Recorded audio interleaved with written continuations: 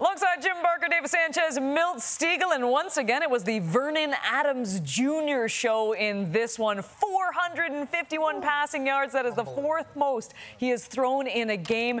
Wow. Obviously, McInnes had a huge part of that as well. We'll get to him. But for VA right now, Milt, we say it every single week, I feel like. He's just on a different level. He's on a different level. And you look at what he did in the first half once again, and those stats were good enough for an entire game. But he's doing something special. And I'm not trying to say he didn't play well, but I guarantee you VA will look at this and say he left some points on the field. He made some bad mistakes. But when you throw for 451 yards, it's hard to say that because that's a very difficult task. So shout-outs to him. Shout-out to McInnes. They're forming a great combination. This BC Lion team is going to be tough to beat if VA continues playing the way he's playing. One thing that stood out to me, Bill, that you said in the second half is you noticed a confidence in Justin McInnes. And it was part of it. You see he's everything he's catching with no body catch, everything with his hands. He's snatching everything. The rapport between him and VA.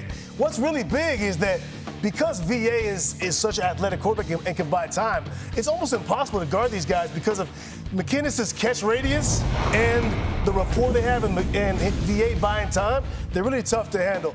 One thing I will say in noticing this Riders team is that with a backup quarterback in Shea Patterson right now, I guarantee you this, in November, this Riders team is going to be one of those teams in the West battling to get out because when they get their quarterback back, with the young secondary they have, with a young dog and Samuel Emilus in the receiving core they have, this is a good football team. And at the end of the day, they're going to be there. Well, 14 catches, 243 yards. He's now by far the leading receiver in the league. VA throws for 451, and Hollins dropped the 50-yard touchdown pass right in his hands, or he'd have been over 500. Again, it was just a remarkable effort by this receiver to watch him. He has such a knack for getting open in the middle. And like you said, he catches everything with his hands. There's no hits that intimidate him. This guy is a real player, and it's a pleasure to watch him. What's this, his third year, I think, really come into his own.